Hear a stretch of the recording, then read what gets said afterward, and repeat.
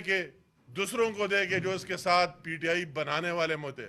मुझे बताओ कि इसमें जो अभी पार्लियामेंट आ रहे कितने उनके वही साथी है, तो जो ना अपने दोस्तों के साथ लाए लो, न पाकिस्तान के साथ लाए लो, और ना अपने फैमिली के साथ लाए लो, तो आप उसका नाम क्यों लेते, उसको क्यों लीडर मानते। और मुझे दुख होता है इस तरह पार्टी पर कि उनकी सियासत झूठ पर और इस पर मबनी है, एहतजाज झूठ सब कुछ बिला वजह। उसी दिन हमारे चंद पार्लियामेंटेरियन एक को मोबाइल देता है कि आप वीडियो बनाओ, दूसरा नारे लगाता है, कहता है कि हमें शाम को खान साहब को भेजना है, हमारा काम हो गया। नारे लगा लगा के हमारे काम होगा। इस पार्लियामेंट में जो कोई लोग आते इस एक काम के लिए नहीं आते, मुल्क के लिए आते और पाकिस्तान के लिए आते। तो मैं इसकी उनकी जितनी ये इसमें ना मुल्क की खिदमत है और न कौम की, और अगर इन 9 मई वालों को माफ कर दिया गया फिर तो मुल्क रहेगा नहीं। मैं उसको कहता हूं कि वही से जो बातें अभी आ रही है नए नए, हमें समझ नहीं आ रहा है इस पार्टी में जिसका अभी नाम ही नहीं, कौन सी पार्टी है, कोई नाम ही नहीं, पीटीआई तो है नहीं, सुन्नी इत्तेहाद है, क्या चीज है, उसमें क्राइटेरिया क्या है, लीडर कौन सा होता है, जो सबसे ज्यादा फहाश हो, जब सबसे ज्यादा दूसरों को गालियां देता है, और जब जिसका और कोई काम न हो। उसमें वही नहीं है कि किसकी क्या परफॉर्मेंस है, किसकी क्या कारकर्दगी उसको अला है। और IBI जो नया स्कैंडल सामने आया है उसकी भी तहकीकात होनी चाहिए कि क्या स्कैंडल। कोई कहता है, कल बैरिस्टर साहब को मैं सुन रहा था, उसकी वजाहत कर रहा था कि नहीं इस तरह कोई बात नहीं हुई, फलाह हुई है। तो इस तरह बातें, ये क्राइटेरिया होते हैं कि आप जो लोग कैबिनेट में लाते हैं उसकी क्या क्या क्राइटेरिया है, और उसके वही लोग उनका और काम ही नहीं। कल उसकी एक खातून रुकन को सुन रहा था, कम हम तो क्या हमारी लीडरों के खिलाफ, मरियम नवाज और दूसरों के खिलाफ वही लगी हुई थी। तो इससे ब्लेम गेम से कुछ नहीं बनेगा। हकायक आपको दिखाने हैं, आपके साथ जो कुछ है और फैक्ट्स है उनको सामने ले आओ, और हमारे साथ जो भी है वही सामने लाएंगे। तो आज की हमारी ये बात कि हम पूरा, अभी आप देख के लीडर, आपके लीडर आपको ये एडवाइस दे रहा है कि जाकर आप भी मर जाए, दूसरे भी मर जाए, खून बह जाए, लड़ाइया करो। तो ये कोई मुल्क की मफाद में नहीं, इस कौम की मफाद में नहीं, और पूरी कौम को, ये मुल्क हम सब का है। अगर हम सारे मिलकर आगे न चले और इस मुल्क को बहरानों से नहीं निकाला तो पाकिस्तान की तारीख भी हमें माफ़ नहीं करेगा, और एक कौम भी हमें माफ़ नहीं करेगी कि ये किस तरह लोग आए थे, किस तरह लोग मुसल्लत किए गए, जिनका सियासत में झूठ और उसके अलावा कोई दूसरा काम ही नहीं।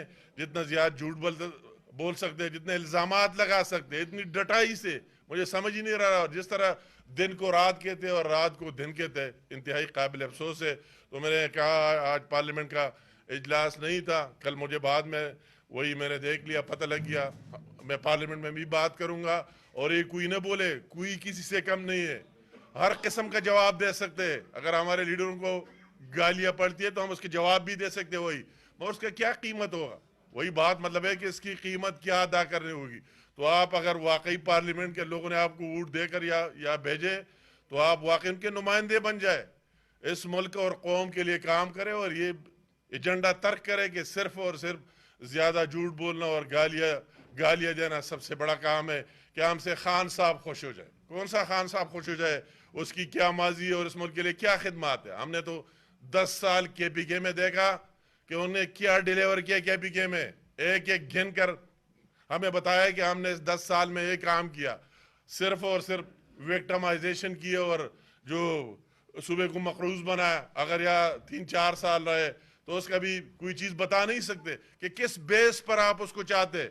सबसे बड़ी धांधली तो आपने की कि कौम को गुमराह बना दिया, सोशल मीडिया पर इन्फ्लुएंसर वही हजारों की तादाद में भर्ती किए और झूठ झूठ बोलकर कौम के जहनों में और चीज डाल दिया। तो मैं तो कहता हूँ सबसे बड़ी दान ली तो ये कि आपने कौम के जहनों में झूठे झूठे चीज हमारे जवानों के जहन में डालकर और कोई नई चीज तैयार की। तो मैं आखिर में एक दफा फिर कि हम भी जुडिशल इंक्वायरी चाहते हैं, और ख़ास कर 9 मई की वाक़यात के भी चाहते।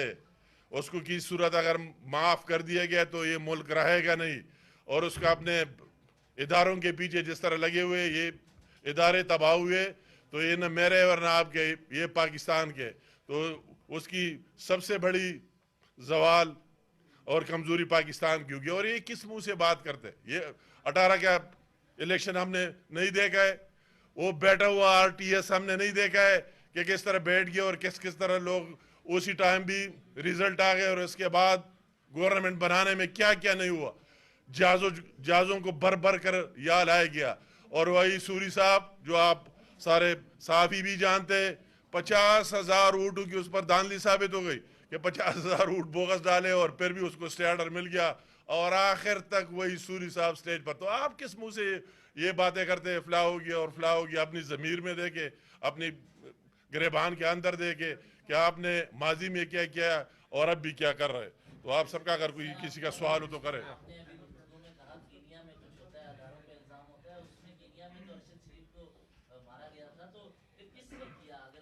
मतलब ये कि ये बात तो उसकी तहकीक की होनी चाहिए ना। आप ये नहीं कह सकते कि मुल्क के बाहर कोई काम हो गया और डायरेक्ट जिस तरह वही गोली लगी उस जगह में गोली थी कि नहीं थी, किस तरह प्लास्टर की गोली थी और डायरेक्ट आकर जिस तरह लोगों पर इल्ज़ामात लगाए। तो आपकी हर एक हमारा हक है, इंक्वायरी की जाए, हक़ाइक़ सामने लाए जाए, मगर बगैर किसी बात की आप सुन के किसी पर इल्ज़ाम लगाते हैं तो वही बात मुनासिब नहीं होगी। आपने बात कर दी।